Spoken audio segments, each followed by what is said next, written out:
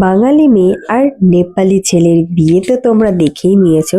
এবার চলো 500 কোটি বছর পর এসছি তাদের রিসেপশন ভিডিও নিয়ে। হাই, আমি রিয়া, আমার আরো একটি নতুন ব্লগে তোমাদের সকলকে স্বাগত। আর এই হচ্ছে আমার ফুল লুক, কেমন লাগছে অবশ্যই জানিও। আর চলো এবার তোমাকে আরো সুন্দরীদের দেখাই। এদেরকে আমি সব সময় দেখি ইউনিফর্মে, আর আমি আজ ফার্স্ট টাইম তাদেরকে দেখছি এত সুন্দর সুন্দর তাদেরকে লুকে, মানে শাড়িতে তাদেরকে আমি এই ফার্স্ট দেখছি। সত্যি সবাইকেই খুব সুন্দর লাগছিল। আর এরপর আমরাও যাচ্ছি, কারণ অনেকক্ষণ অপেক্ষা করার পর তারা অফিসে গিয়ে বলার পর ফাইনালি আমাদের বাস দিয়েই দিয়েছে। আর বাসটা নিয়ে একটু চেল্লামেলি হচ্ছে, কারণ কে আগে গিয়ে বসবে কোন জায়গায় সেটা নিয়ে একটু আমাদের ঠেলাঠেলি চলছিল। ফাইনালি আমরা বাসে বসে পড়েছি যে যার মতো। আর দিদি আমাকে বলছেন, তুই জানলার পাশে বস, তুই কলকাতাটা দেখতে দেখতে চল। আর সেটাই, কলকাতাটা দেখতে দেখতে যাচ্ছি আমি। আর এই ফুলটা আমি নিয়েছি হাতে, কারণ এখন না, মানে আগে থেকে লাগিয়ে রাখলে চুলে ব্যথা লাগবে, সেই জন্য এখন হাতে রেখে দিচ্ছি, পরে এটা লাগাবো। আর এখানে তো সেই নাচ শুরু হয়ে গেছে। এখানে জানো তো সবাই পুলিশ, একমাত্র আমিই বাদে। আমি হচ্ছি কি বলবো, বেকার। আর কিছু বলার নেই আমার। না না, আমি বেকার নই, আমি ভাতা পাই, ঠিক আছে। সেই জন্য আমার কোনো দুঃখ নেই, আমারও তো মাস গেলে কিছু টাকা ঢোকে।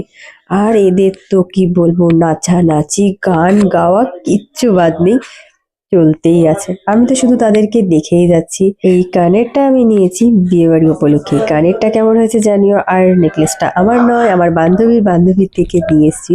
আর আমরা সেটাই এখানে দুজনে বলছিলাম যে এই ফুলটা আমরা পরে লাগাবো। মাথায় তো আমাদের একটা চুল মানে দুটো চুল নয়, হাফ চুল, সেটা লাগালে আমাদের ব্যথা লাগে, সেই জন্য আমরা হাতে রেখে দিয়েছি পরে লাগাবো বলে। আর আমার এই কানেরটা আমরা একটা কোন মার্কেট থেকে নিয়ে এসেছি আমার ঠিক মনে নেই। এই কানেরটা নিয়েই বলছিল দিদি যে কানেরটা ওর খুব পছন্দ হয়েছে। তার কিছুক্ষণ পর শুরু হয়ে গেছে তাদের নাচানাচি। তারা তো একটু একটু করে নাচ করছে, আবার বসে পড়ছে, সেই মজা। তারপর খবর পেলাম যে এবার বাস থেকে নামতে হবে, মানে আমাদের চলে এসেছি প্রায়। সেই জন্য আমি আর দিদি ঝটপট করে ফুলটা লাগিয়ে নিলাম। আর তখন বুঝতে পারছিল না ভালো লাগে কিন্তু, বাট এখন আমার মনে হচ্ছে কি যে আমার ভালো লাগছে না ফুলটা লাগিয়ে। যাই হোক, লাগিয়ে ফেলেছি, এখন আর কিছু করার নেই। ফাইনালি আমরা পৌঁছে গিয়েছি সেই জায়গাতে। আর চলো এবার তোমাকে ব্রাইডকে দেখাই, তাদের বিয়ের ফটো এখানে লাগিয়েছে, সত্যি খুব সুন্দর লাগছে। আর আমরাও পৌঁছে গেছি, মানে এবার আমরা ব্রাইডের কাছে যাচ্ছি, দিদির বান্ধবীর কাছে। আর জানো তো ব্রাইডকে রেখেছে সেই 3 তলার উপরে। আমরা তো যাচ্ছি, মানে শাড়ি পরে এমনি হাঁটতে পারি না, তারপরে আবার 3 তলার উপরে ওঠা খুবই কষ্টকর। যাই হোক, খুব কষ্টে আমরা উঠেছি, সেই জন্য এতটা লেটে আমরা গিয়ে পৌঁছেছি। আর বেস্ট ফ্রেন্ড বলে কথা, গিয়েই আগেই হাক করে ফেললো। যাই হোক, যতই হোক বান্ধবীকে ছেড়ে একদিন না দেখে রয়েছে, যাই হোক, তাকে বিদায় করে রয়েছে সেই জন্য। আর এখন আমি দেখছিলাম যে আমার ঠিকঠাক আছে নাকি, সবকিছু ঠিকঠাক করছি। আ আর গেল আমার কানেরটা খুলে। আমার জানো তো এই কানেরগুলো একদমই পছন্দের নয়, শুধু কান থেকে খুলে যায় আর হেবি ব্যথা লাগে। আর ওর হচ্ছে গিয়ে লোককে দেখে ওর বিয়ে করতে ইচ্ছে করছে। ওর বান্ধবীর বিয়ে হয়ে গেল, ওর এখনো বিয়ে হলো না, ও সেটা নিয়েই কষ্ট, সেটাই বলছে যে কাকিমা আমার বিয়ে দিয়ে দাও। আর এই যে এখন ছবি তোলাতুলি চলছে, তারপর ব্রাইড বলল আমার জন্য ফুচকা কফি এসব নিয়ে আয়। তার জন্য ফুচকা কফিটা আনতে পারিনি, ফুচকা পকোড়া এইসবই নিয়ে এসেছি। আর সে তো খেয়ে খুব খুশি। যাই হোক, লুকিয়ে লুকিয়ে লজ্জা পাচ্ছিল খেতে, তাই খেতে পারছিল না। আর আমরা ওকে হেল্প করছিলাম যে তুই খা, আমরা তোকে আবডাল করে রাখছি, তুই লজ্জা পাস না, খা, খিদে পেয়েছে খেতে থাক, আমরা আছি তোর সাথে। সত্যি দেখো, দিদির বান্ধবী এখন আমারও বান্ধবী হয়ে গেছে, মানে তাদের সাথে একটা আমার এখন মানে বন্ধুত্বটা একটু অন্যরকমই হয়ে গেছে, মাঝে মধ্যেই যাওয়া হয়। আর আমি এখন দাঁড়িয়ে আছি ছবি তোলার জন্য। জানো তো একটা সময় ছিল যে বিয়ে বাড়িতে গেলে কোনো ক্যামেরাম্যানকে বলতাম যে ছবি তুলে দাও।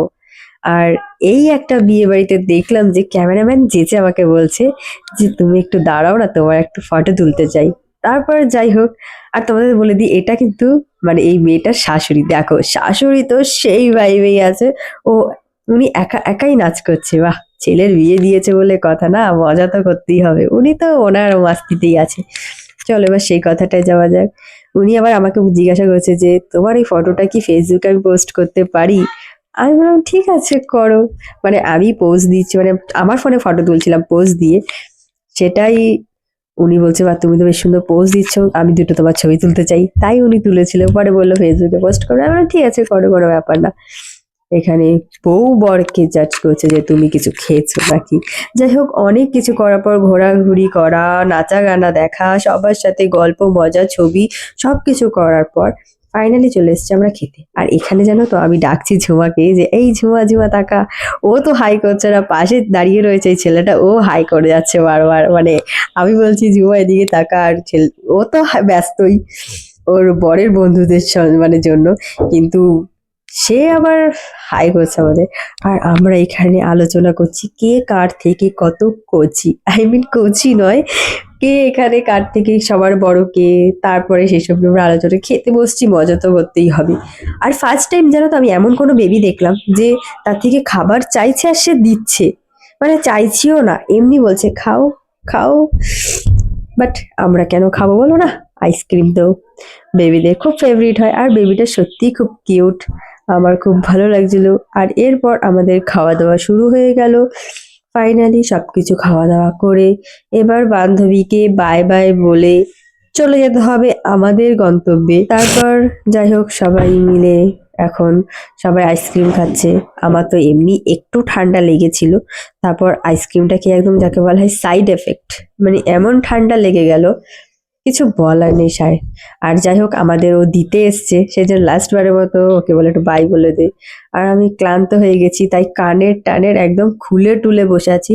আমার যেন মনে হচ্ছে কানটা চিপে ধরে আছে। আমি এমন কানের মানে একদমই পছন্দ করছি না, কিন্তু দেখতে সুন্দরের জন্য পড়তে হয়।